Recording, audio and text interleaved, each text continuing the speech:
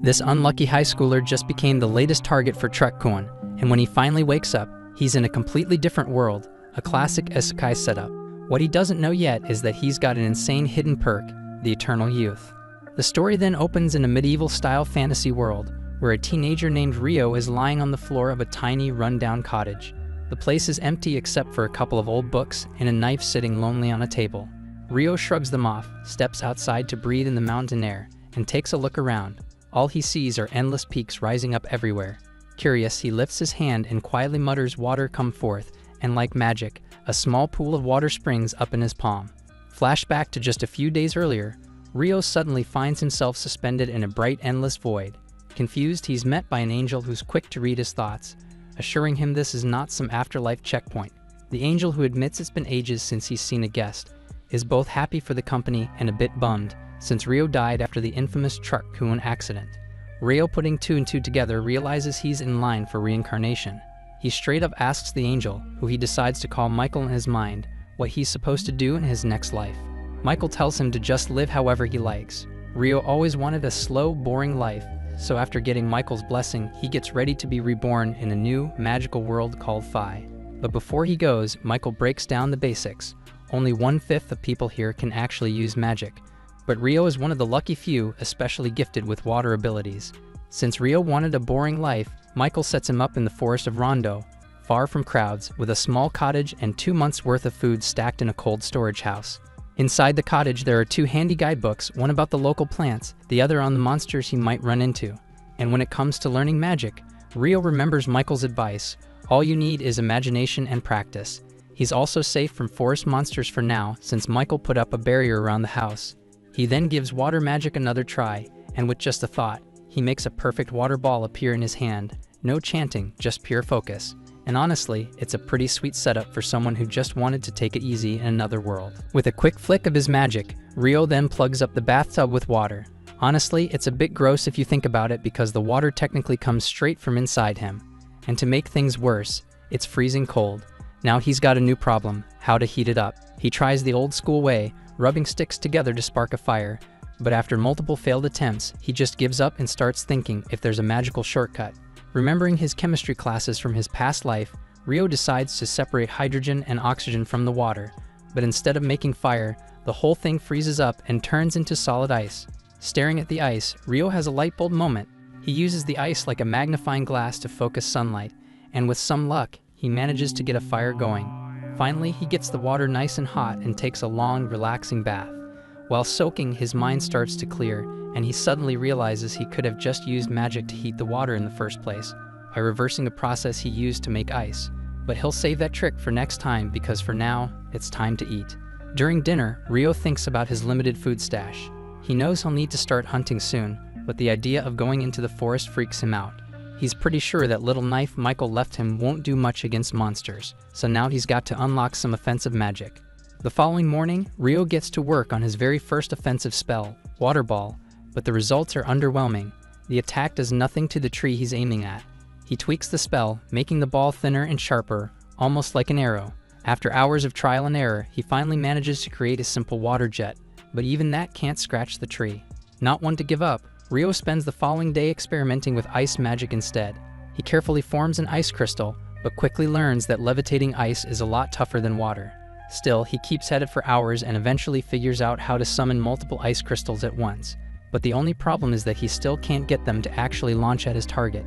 After days of trial and error, Ryo finally gets the hang of forming ice crystals instantly, but still doesn't have the power to actually fire them as projectiles. Still, with his food running low, he makes do by using an ice crystal as a makeshift spearhead. He heads into the forest. By the riverbank, he spots some quartz and grins, knowing it'll be useful for making fire if he ever runs out of mana. While searching for medicinal herbs, Ryo gets ambushed by a monster, a lesser boar that clearly sees him as easy prey. The beast charges straight at him, and for a second, Ryo totally freezes, his feet glued to the ground. His isekai adventure nearly ends before it even gets started. But at the very last second, the fear of dying all over again kicks in, and he leaps out of the way. This time, he thinks fast, using magic to freeze the ground and send the boar sliding.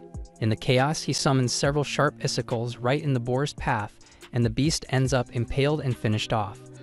Desperate times really do bring out the best in him. because Rio manages to pull off some clutch water magic right when he needs it. Not a bad effort, but he's still got a long way to go. Back at home, Rio cracks open the monster compendium and immediately learns that lesser boars are basically the weakest monsters around. He spends extra time flipping through the pages, trying to get ahead of anything he might run into next. When he reaches the section on dragons, the only advice is to run if you ever spot one, not that it'll help, since he'd almost definitely die anyway. Still, he's told to at least try to escape.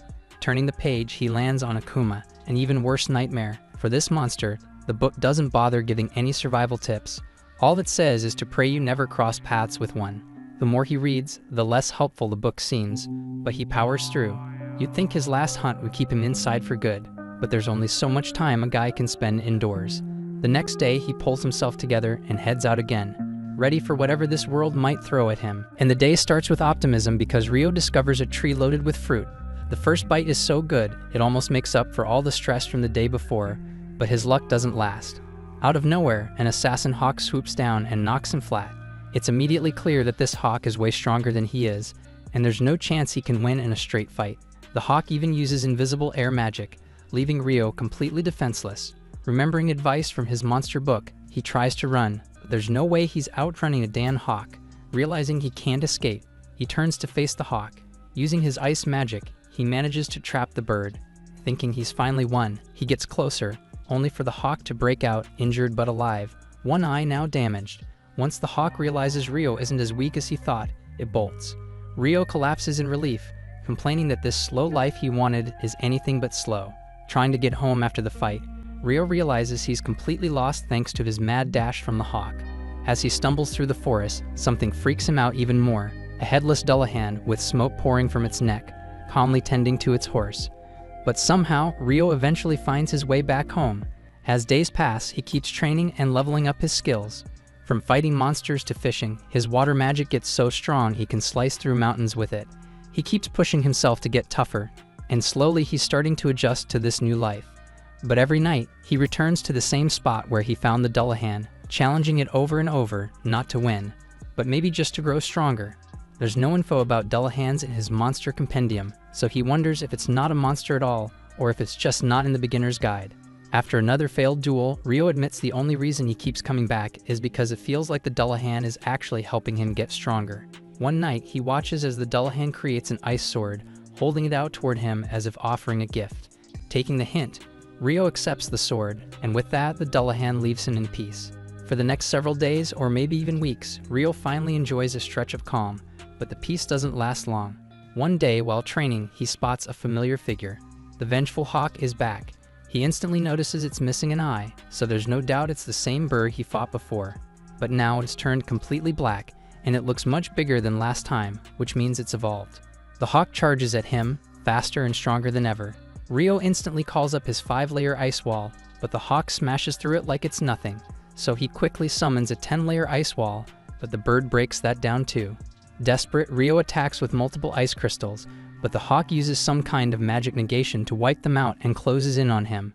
Then suddenly Rio senses something in the air, so he leaps aside, and at this moment, Rio's stick gets reduced to ashes by a surprise lightning attack, so in the heat of the moment, he grabs the sword he got from the Dullahan and goes after the hawk. This time, the sword actually works. He lands a hit, forcing the hawk back, but it isn't done yet.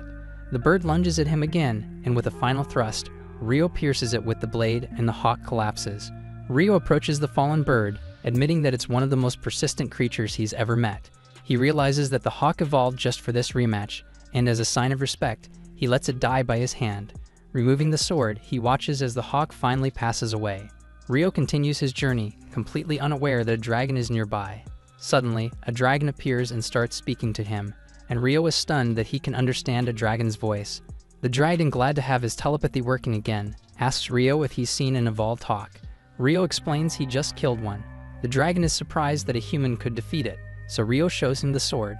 Instantly, the dragon recognizes it as the sword of the Fairy King, and asks what Rio did to deserve it. But Rio has no idea. With the dragon's curiosity satisfied, Rio takes his turn asking questions. The two chat until late before the dragon announces he needs to leave.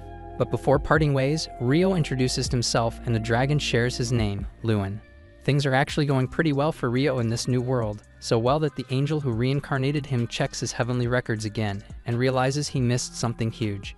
Rio has a secret ability that the angel never noticed before, the power of eternal youth.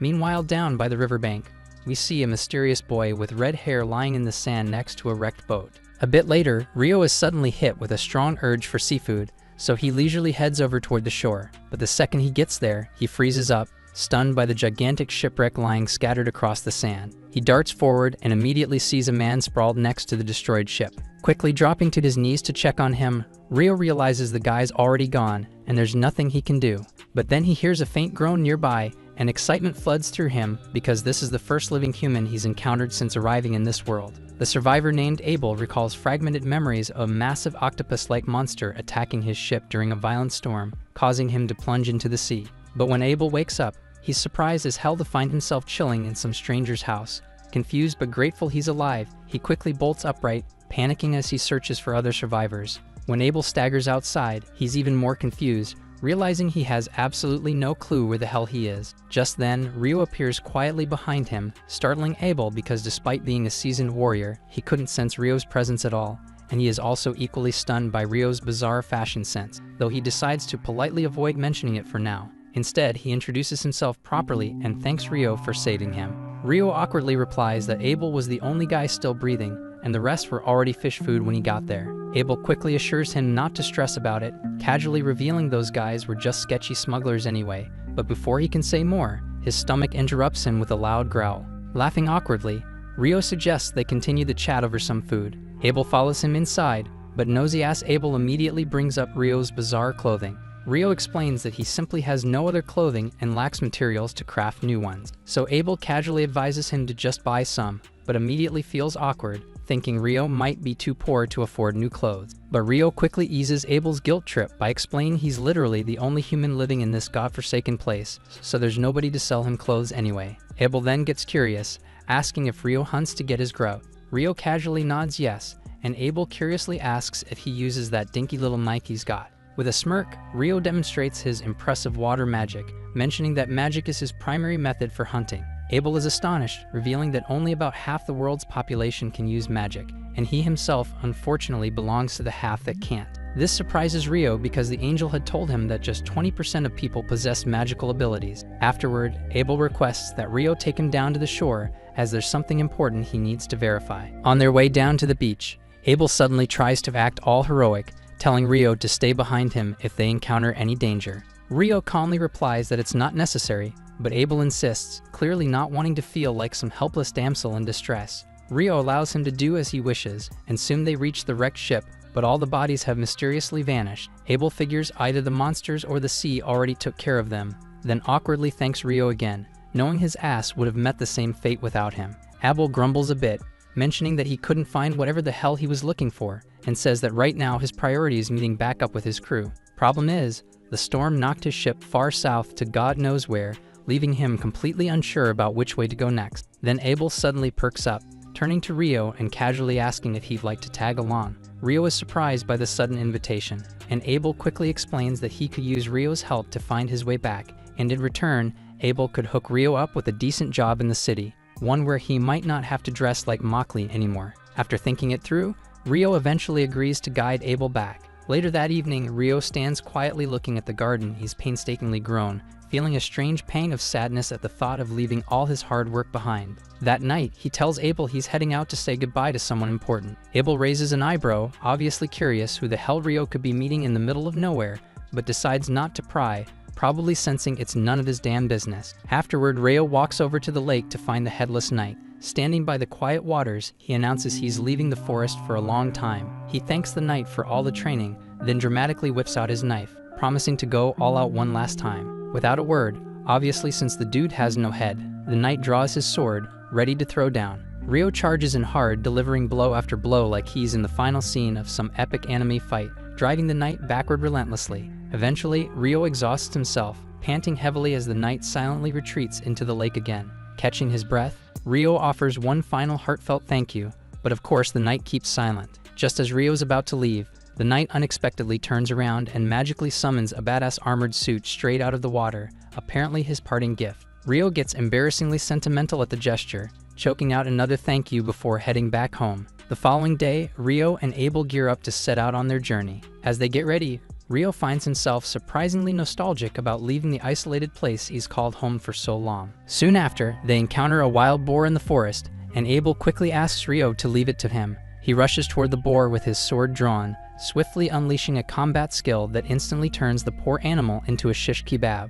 Amazed, Rio asks what exactly combat skills are, and Abel explains that they're special techniques used by those who fight using weapons. That night, they camp inside a large hollow tree, and the next morning they continue their journey through the forest. As they approach a swamp, they spot several lizardmen roaming around. Abel decides it's best to avoid them and suggests changing their route, since lizardmen can be quite strong opponents. But even after they shift their path, Rio senses the creatures still pursuing them from behind. Abel immediately prepares to fight, but Rio warns him that there are too many enemies this time, insisting he'll use his magic as well. Abel doubts Rio can fight without his staff, but he's left stunned when Rio instantly blasts 4 lizardmen at once with icicle lances. After the battle ends, Abel questions Rio about the spell he just cast. Rio casually replies that it was just a regular icicle lance, but Abel insists his wind mage friends are limited to casting only 1 attack at a time, while Rio effortlessly summoned 4 icicles simultaneously. Rio shrugs it off, suggesting maybe it's just a limitation of wind magic,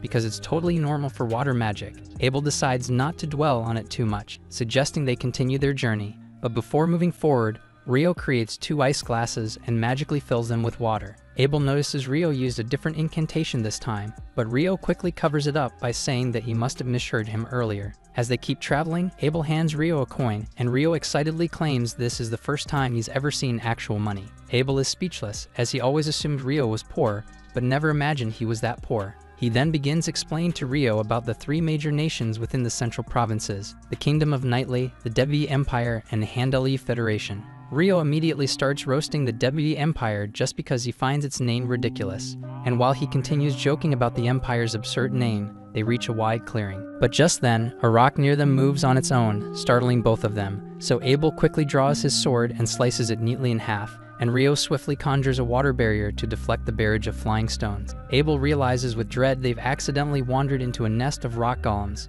Confused, Rio wonders aloud if golems aren't supposed to be more humanoid-shaped, but Abel decides they've got bigger problems to handle first. Charging forward, Abel punches a hole straight through the nearest golem, but to his surprise, the golem instantly regenerates, returning fire immediately. Abel swiftly retreats, grimacing, and warns Rio that conventional attacks won't do much against these things. However, Rio suddenly gets a clever idea. Summoning a massive block of ice midair, he casually drops it right on top of the golems, crushing them flat. Abel's jaw nearly hits the ground in shock, having never witnessed such a ridiculously effective spell before. Rio, thoroughly pleased with himself, repeats the ice block maneuver a few more times, effortlessly clearing out the rest of the golems. After the dust settles, they find one particularly special rock golem embedded with a large magic stone, and Abel excitedly notes that such a stone would fetch a great price. Rio wistfully says he'd love to grab the magic stones from the other golems too, but sighs dramatically, admitting he's either too lazy or honestly too clueless to melt all that ice again. Continuing their journey,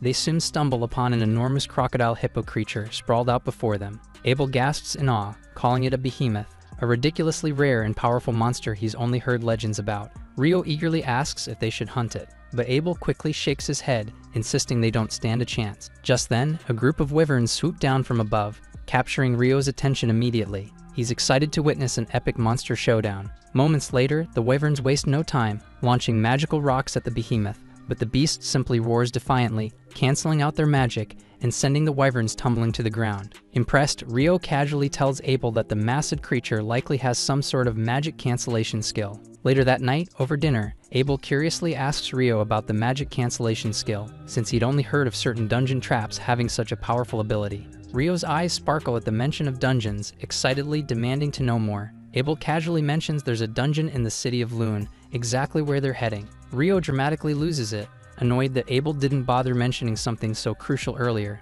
and playfully interrogates him about any other secrets he might be hiding. Abel awkwardly asks if Rio at least knows about dwarves and elves, but Rio urges him to fill in the details anyway. After a few days, they finally reach a sprawling mountain range, and Rio confidently says they'll find some human settlement just beyond those mountains. Abel raises an eyebrow skeptically, asking how Rio can be so damn sure.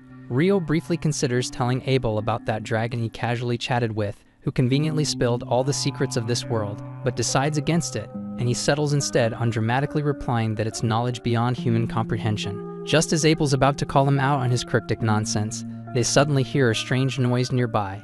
Instantly, they both tense up, weapons at the ready. Seconds later, a massive monster, a freaking griffin, soars down from the sky straight toward them, prompting both boys to freak out spectacularly. Abel immediately goes into full panic mode, his mind racing with ways they're about to become bird food, but Rio swiftly saves their skins by tossing a hefty chunk of meat high into the air. Abel quickly copies him, hurling another chunk skyward, so the griffin eagerly snatches both pieces mid-flight and casually flies away, clearly uninterested in human-flavored snacks. After a tense pause, they both exhale deeply, relieved that they're not dinner tonight, and they admit shakily that picking a fight with something like that would have ended terribly. As they continue onward, Abel starts rambling about how nobody's even seen a behemoth or a griffin in over a century, suggesting the tall mountains might have kept these powerful creatures from reaching populated areas. That reminds Rio that the wyverns they saw earlier came from the north, meaning their nest must be nearby. As usual, Rio's instincts are spot on, as they soon stumble upon a small group of wyverns munching on some unfortunate monster.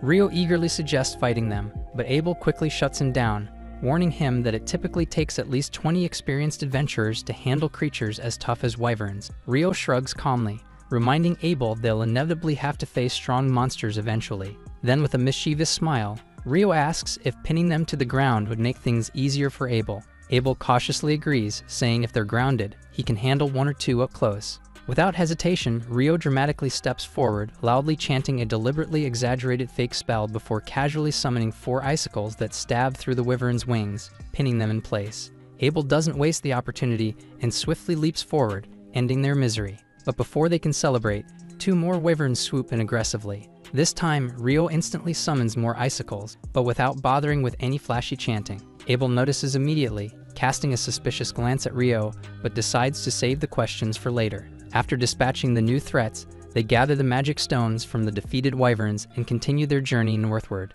Before long, the pair manages to cross through the mountains, stepping out into the serene landscape of the green hills. Abel can't help but marvel at their accomplishment, not just defeating the wyverns but also collecting a hefty stash of magic stones, which once they reach the Empire, will earn them a decent fortune. This suddenly makes Rio curious, and he asks exactly which country they're heading towards, hoping it's literally anywhere but the Debuy Empire. Abel reassures him, saying that the Debuy Empire is actually farther north, and Rio lets out a relieved sigh. Seeing Rio react like that, Abel gets confused and asks if he's got some kind of personal beef with the Empire. Rio says he doesn't have anything against his people, but he finds the name Debuy so painfully cringe that he'd rather just avoid it altogether. Abel gives him a weird look, finding this logic bizarre as hell. Just then, Rio notices a road far ahead, and Abel quickly realizes that since it runs east to west, the mountains they crossed might not have been ordinary at all. But when Rio asks what's on his mind, Abel just waves him off, saying it's nothing and mentions that the road probably leads to a town. Rio immediately brightens up, thrilled at the thought of finally sleeping in an actual bed, and Abel tells him that he should also try out the local food there. By nightfall, they reach the town and settle down in an inn for dinner. While they're eating, Abel suggests that Rio should register with the Adventurers Guild, explaining that a guild card doubles as an ID and lets him avoid taxes whenever he enters a new city. He reminds Rio that he had to pay a silver coin out of his own pocket to cover for him at the town entrance. Rio immediately starts teasing Abel, asking if he's really keeping tabs on every single coin he spends helping out a friend. Abel cringes slightly at Rio's cheap attempt to shame him, but he pushes through anyway, pointing out another benefit. If Rio joins the Adventurers Guild, he can sell magic stones and monster materials directly to the guild at a great price. He further explains that only alchemists know how to use those materials effectively, and Rio is instantly interested, wanting to learn more. Before he can dive into 1,000 questions though, their waitress arrives with dinner, and Rio's jaw drops when he sees a plate of curry. He struggles to comprehend how curry could possibly exist here already. After all, even in the most cliché isekai anime, the main character usually has to travel far and wide, struggling desperately to recreate that perfect taste of home. Rio had kind of been looking forward to his own curry quest, but one bite proves that this curry is exactly like the one he enjoyed back in Japan. Completely overwhelmed by nostalgia and deliciousness, Rio polishes off the entire plate in seconds and immediately orders another round. The next morning, Rio is still hyped up about the curry he ate last night and playfully accuses Abel of keeping yet another juicy secret from him. Abel freaks out a little, confused about what secret Rio is talking about this time, but Rio just laughs it off, saying Abel needs to spill all the tea on any local dessert spots he might have overlooked. Abel quickly turns away, awkwardly admitting he's not into sweets, and Rio just stares after him, wondering why he's acting so weird. They hit the road again and eventually arrive at the town of Loon, a place surrounded by endless fields of wheat. At the town gate, they're greeted by Nimmer, one of the guards, who's completely stunned when he recognizes Abel. Apparently, Abel had been reported missing several months ago, so Nimmer is overjoyed to see him back safe and sound, and he warmly thanks Rio for helping his buddy return home. Nimmer enthusiastically shakes Rio's hand and then catches up on old times with Abel. Once inside town, Abel suggests they head directly to the Adventurers Guild, explaining that if he's there to vouch for Rio, he can immediately skip from newbie F rank to D rank upon registration. Usually, newbies start at the bottom, but having someone ranked B or higher to back you up can speed up the process significantly. As soon as they enter the guild, everyone is shocked and thrilled to see Abel again. People crowd around him like he's some kind of hometown hero, and Rio watches happily, glad to see Abel has so many good friends here. Deciding to give Abel some space to enjoy his moment, Rio steps outside for some air. When he starts walking, Rio suddenly runs into an elf girl, and he's instantly charmed by her graceful features and pointy ears. Strangely, the elf girl is just as intrigued by Rio, staring at him in shock because of the unusual coat he's wearing. She quickly recognizes it as the Fairy King's own robe, mentioning that the Fairy King must really like Rio to have given him such a rare gift. Completely baffled by her words, Rio tries to figure out what's going on, but before he can ask any questions, the elf apologizes, saying she's in a hurry. She adds that she hopes they'll meet again soon, and then hurries off. Rio stands there completely bewildered, still trying to process what just happened, when Abel comes outside looking for him. Abel drags him back inside the guild, introducing Rio to all his friends as the guy who saved his life. Everyone starts thanking Rio, showering him with praise and appreciation, and he decides that getting all this positive attention feels pretty damn good. Thereafter, Abel takes Rio straight up to the reception desk, confidently telling the receptionist that he wants Rio to be registered as a D-rank adventurer based on his recommendation. The receptionist is visibly stunned, pointing out that Abel and his team have never endorsed anyone before. Abel simply smiles, explaining that Rio is an exceptional case. The receptionist politely insists that Rio still needs to pass a strength evaluation before officially ranking up, so Abel asks to speak directly with Guildmaster Hugh about it.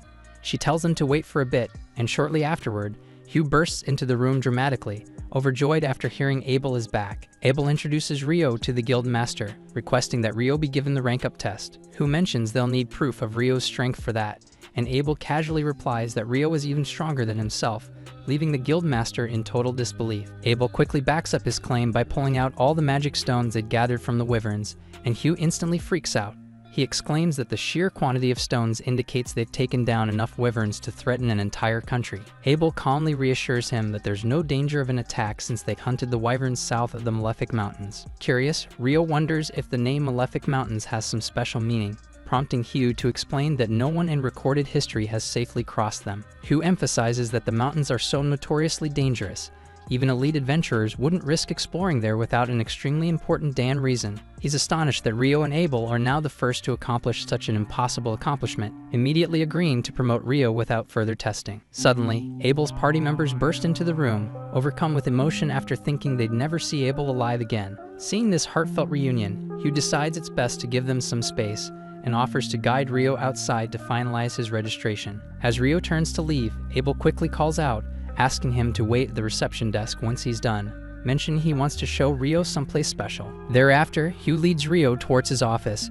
explaining that Abel's group, known as the Crimson Sword, is among the strongest and most respected adventurer parties in town. Rio doesn't find that surprising at all, though he's still unsure if he truly deserves the jump straight to D rank. Seeing this, Hugh reassures him by saying that while Abel is indeed strong, defeating even a single wyvern alone is beyond his abilities, which makes it clear to him that Rio played a major role in taking down the wyverns. Just then, the receptionist walks into the office carrying the equipment needed for Rio's formal registration. Hugh excuses himself immediately, saying he has piles of paperwork waiting, leaving Rio in her hands. The receptionist cheerfully introduces herself as Nena, then begins asking Rio the standard registration questions. She explains that he can use the guild lodgings for up to 300 days from registration, after which he'll have to find a place of his own. Next, she tells him about a dungeon exploration training course the guild offers to new adventurers. Rio immediately expresses his interest in joining the course, and Nina tells him to come to the meeting hall 2 days from now at precisely 9 a.m. And Rio is momentarily stunned that this world even has clocks. Afterwards, Nina moves on to complete the actual registration. She instructs Rio to place his hand on the crystal device on the table. When he does, the device scans and transfers his biometrics onto a metallic plate resting atop it, turning it into his official guild card. Nina congratulates Rio, formally welcoming him as a registered adventurer, and then both of them step outside the office. Not long afterward, Abel takes Rio out to explore the town, mentioning that he'd like to buy him some new clothes and a staff as payment for escorting him safely to his hometown. Rio happily accepts the clothes but questions why he would need a staff. Abel points out that magicians always use staves to cast spells, but Rio casually tells him he can use magic perfectly fine without one. He also explains that whenever he fights up close, he prefers using a sword anyway, so a staff would be pretty pointless for him. Abel is caught off guard by this, and he's even more shocked when Rio casually reveals the small knife he carries around actually serves as his sword. Setting all that aside, Rio mentions that more than equipment, what he really needs right now is some solid information about how things work in this world. Shortly after that, Rio learns that this world uses the exact same measurement of time as Earth: hours, days, weeks, months, and even the metric system. It now clicks in his mind that someone from Earth must have landed here a long time ago and influenced the way things operate, explaining all the familiar stuff he's come across. Right then, Abel returns from the store after paying for all the stuff Rio picked out, cheerfully informing him that the best part of the day is still ahead. Abel then guides Rio to a large inn where all his friends from the guild are gathered, throwing a lively celebration for Abel's safe return. They party until late, leaving Rio exhausted, so that by the next morning, Nina has to drag him out of bed to show him his lodgings. She brings him to a room where 2 other fresh adventurers are already settling in. The blonde guy introduces himself as Ito, and the brown-haired guy as Nils. Both greet Rio warmly, and once Nina leaves, Nils immediately starts gushing about how much he likes her and how cute she is. Ito quickly shuts him down, reminding him that Nina is way out of his league. Ito then casually chats with Rio, giving him a quick rundown on life at the guild dorms. Moments later, Nina returns again, this time bringing along another nervous-looking newbie named Amon. Curious about his youthful appearance, the others ask his age. Amon shyly reveals he just turned 16, but with both parents recently deceased, he's decided to earn a living as an adventurer.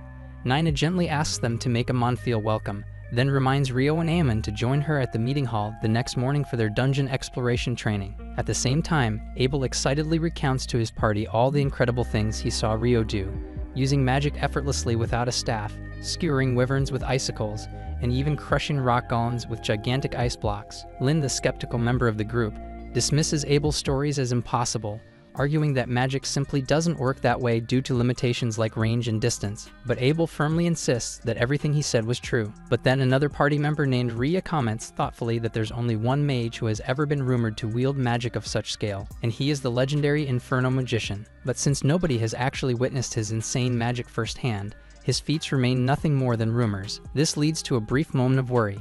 If Rio really is that powerful, what would happen if he turns against them or worse, sides with the W Empire? But Abel confidently reassures them that the W Empire won't be an issue, given how passionately Rio dislikes its shit name. Meanwhile, at the lodging, Rio's cracking jokes and laughing along with his roommates, amazed at how drastically different his life has suddenly become. Several days later, Rio and Amon finish up their accelerated dungeon crawling course designed for beginners. Their instructor then tells them they'll be heading down to the dungeon's first floor later that afternoon. Amon immediately starts panicking at the idea of his first actual dungeon trip, but Rio just casually advises him to chill out, reminding him that getting worked up now will only leave him drained before they even enter. The instructor then asks the group if anyone's got any burning questions, and Rio immediately asks whether it's possible to teleport directly to the floors they've already cleared. The instructor is genuinely impressed by this question, since usually only veteran adventurers would even think to ask something like that. He explains that there are certain dungeons further south where adventurers can conveniently warp between checkpoints, but unfortunately,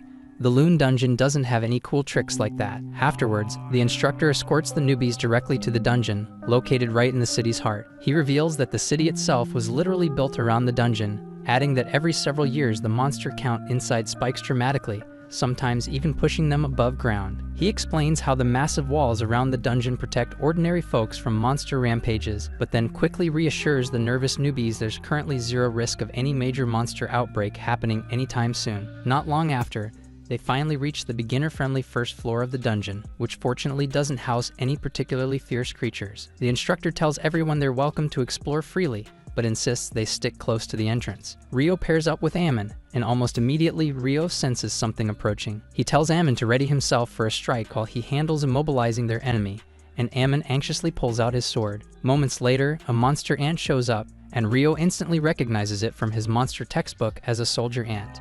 He instructs Ammon to aim right at its neck, while he pins it down using ice spears. Rio flawlessly locks the monster to the ground, letting Ammon cleanly slice its head off, earning himself his first kill. Ammon is totally hyped about this victory, and Rio quickly retrieves the ant's magic stone as proof of their first successful hunt together. Later that evening, they're eating dinner alongside their roommates who insist on celebrating their first successful dungeon raid. The roommates are genuinely impressed that the pair managed to defeat a soldier ant on their first trip, but Ammon modestly insists he only finished off the ant after Rio had it firmly restrained. He excitedly mentions that he can't wait to return to the dungeon tomorrow, although he's admittedly nervous about trying to go solo. Rio volunteers to tag along since he's also eager to explore the dungeon to the third floor, because he finds it suspicious as hell that they encountered a stronger monster from a deeper level wandering around on the first floor. After all, the instructor made that sound unusual. Ito chimes in, mentioning he's heard recent rumors of soldier ants appearing even up near the first and second floors, and none of the boys can figure out why the heck that's happening. At that moment, Abel walks in casually and explains it's because soldier ants can tunnel their way upward. Nils and Ito absolutely lose their shit when they realize the town's most badass adventurer just showed up in front of them. Rio, as always, casually greets his friend without giving a damn about his celebrity status, prompting Abel to jokingly ask the guys to keep an eye on Rio since he completely lacks common sense. Nils immediately jumps up, saluting Abel excitedly, and declaring that he's his biggest fan. He passionately announces his dream of becoming a legendary adventurer just like Abel one day, asking eagerly if he could shake his golden hand. Abel happily grants him the handshake, gently advising Nils to chase his dream but never forget that survival always comes first. Rio then bluntly asks Abel what he's doing hanging around here this late, and Abel replies that he just returned from his latest mission. Before he can say anything else, Abel's party suddenly storms in. The girls are clearly pissed that Abel came here instead of heading straight to the guildmaster for a mission report. Abel quickly tries explaining he was merely helping out some newbie adventurers who needed his advice, but Lynn isn't having any of it and immediately tells Warren to haul him away. Warren lifts Abel onto his back effortlessly, as Abel starts whining like a toddler. Meanwhile, Lynn suddenly stares daggers at Rio with obvious jealousy. Rio awkwardly asks her what the hell she wants, causing the priestess Ria to quickly snap Lynn out of her daze and apologize to Rio for their rude interruption. As the group leaves, Ito and Nils fanboy uncontrollably over them, but Rio genuinely can't comprehend what's so damn impressive about that crew of clowns. At the same time, Ria gently scolds Lynn for openly glaring at Rio, but Lynn insists she was just curious because Abel keeps bragging non-stop about Rio's magic. Ria admits she's also curious to see Rio's true abilities, but Abel reassures them they'll get to witness it firsthand soon enough. The following day, Rio and Ammon return to the dungeon, this time encountering a pack of monster dogs.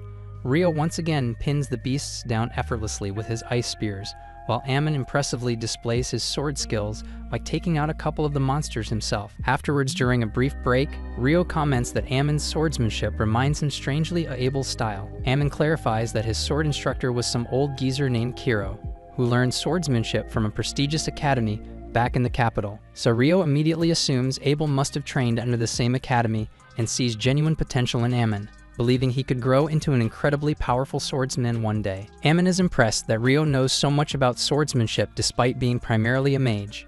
Rio casually explains that he trained under a mentor for a bit but ultimately came up with his own fighting style. He then comments that Ammon's current form seems pretty taxing physically, though it's also super reliable, and suggests he just needs to boost his endurance. Rio mentions that Abel always used to wake up at the crack of dawn to practice his sword forms during their travels, highlighting that even naturally gifted people have to bust their asses training. Ammon feels pumped up hearing that and swears he'll put in extra effort to become stronger, which pleases Rio. The following morning, Rio drops by the library and is taken aback by how freaking massive it is. He asks the librarian to point him to the alchemy books, and she leads him to shelves filled with beginner manuals. The sheer number of choices overwhelms him, so Rio decides he needs some air to clear his mind. But just as he does, everything goes pitch black as a full-on solar eclipse darkens the entire city, and he gawks in amazement at the sky. Barely a moment later, he realizes something weird as hell just happened. Everyone around him is suddenly gone, leaving him totally alone in an eerie, unsettling atmosphere. Right then, he feels something dangerous coming at him from behind. Instinctively, he spins around, summoning a thick ice barrier just in time to deflect an incredibly powerful blast of fire. Shocked, he wonders who the hell just tried to roast his ass, and then spots a terrifyingly hot demon lady strolling towards him like she stepped straight out of a Hollywood action movie. She smirks, amused to find a random human trapped in her domain, clearly looking forward to messing him up. Ryo instantly recognizes that he's dealing with an actual demon now, and he's absolutely certain she's by far the strongest opponent he's encountered since arriving in this world. He considers fleeing for a second, but realizes there's no freaking way he'll escape from this bizarre dimension no matter how hard he tries. Gritting his teeth, he decides his only option is to fight. Without hesitation, he summons a bunch of ice barriers around himself just before the demon woman unleashes another hellish wave of flames. His shields manage to hold back the intense blaze, but the demon suddenly switches tactics, firing an invisible bullet of wind that effortlessly punches through Ryo's ice walls, only to bounce harmlessly off his robe. The hot demon can't believe her eyes, baffled at how some human-made robe could stop her attack. But on a closer look, she realizes Ryo's cloak is actually the Fairy King's robe. Acknowledging he must be a mage of significant skill and power to possess such rare gear and survive her attacks, she decides she'll simply cut him down the old-fashioned way with her sword rather than relying on magic. Ryo also summons his ice blade to meet the demon's strike head-on, immediately shifting into a defensive stance as the fierce woman relentlessly pushes him back. She's incredibly quick, forcing him into a desperate dodge as a lethal slash narrowly misses his face. Seeing his chance, he retaliates by launching a storm of frozen spears at her, but the demon easily dances around every projectile, failing to notice the solar eclipse slowly fading away as she screws around enjoying herself. At the same time, Ryo figures out she's boosting her speed using wind magic, and right then she lunges straight at him for a decisive blow. Ryo blocks her strike surprisingly easily, because while she's speedy, her swordsmanship doesn't even come close to the hellish training sessions he endured under that headless knight. The demon pauses in shock, genuinely impressed, and demands to know who the hell he is to possess not only the Fairy King's cloak, but also his blade. Frustrated, she conjures a blazing fireball to incinerate him, but Ryo effortlessly cancels it out with a well-timed icicle spear. This royally pisses her off, and the demon decides to put an end to him fast, realizing he'll become a real threat if the fight drags out.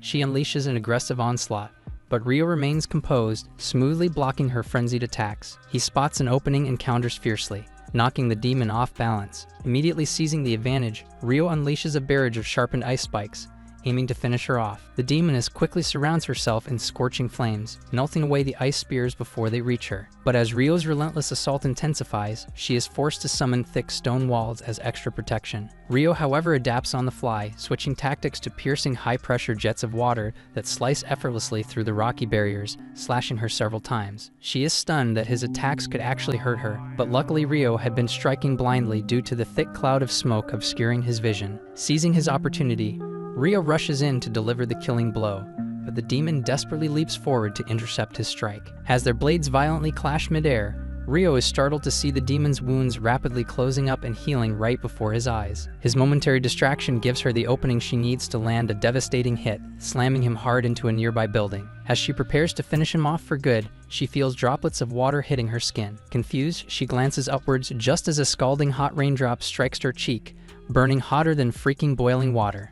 She screams out in agony and instantly encases herself in a protective stone cocoon, desperately waiting for the blistering rainfall to subside, while Ryo carefully touches down, readying his next move. Without warning, the demoness erupts into an inferno, violently blowing apart everything around her. She slowly stalks towards Ryo with murderous intent, but right at that moment, the eclipse begins fading away, and as sunlight brushes against her blade, it shatters into nothingness. She stops abruptly, clicking her tongue in annoyance and remarking bitterly that they'll have to finish this fight another day. Ryo mocks, telling her to hurry up and piss off already. Surprisingly unfazed by his attitude, the demon introduces herself as Leonor and casually asks for his name. He reluctantly responds with Ryo, though he makes it obvious he doesn't give a damn about exchanging any more pleasantries with the demon. Leonor is intrigued by the fact Ryo clearly knows what she is, making her regret screwing around earlier instead of killing him outright. She tells him that someday they'll have their rematch, though it's possible another demon might cross his path first. She warns him not to die to some weakling, because when they meet again,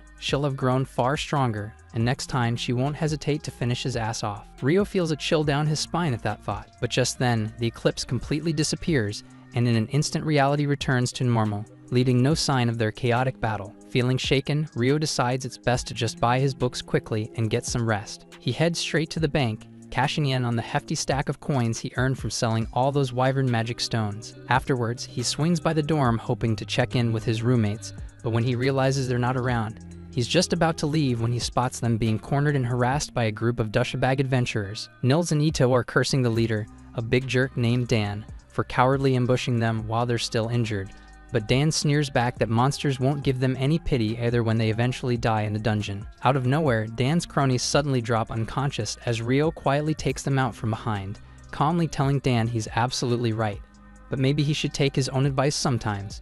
He casually taunts Dan, asking if he's planning to run now that his buddies have taken a dirt nap. Enraged, Dan blindly charges Rio, only for him to effortlessly sidestep and smash his sword handle directly into Dan's gut, forcing the bully to puke out what's left of his breakfast.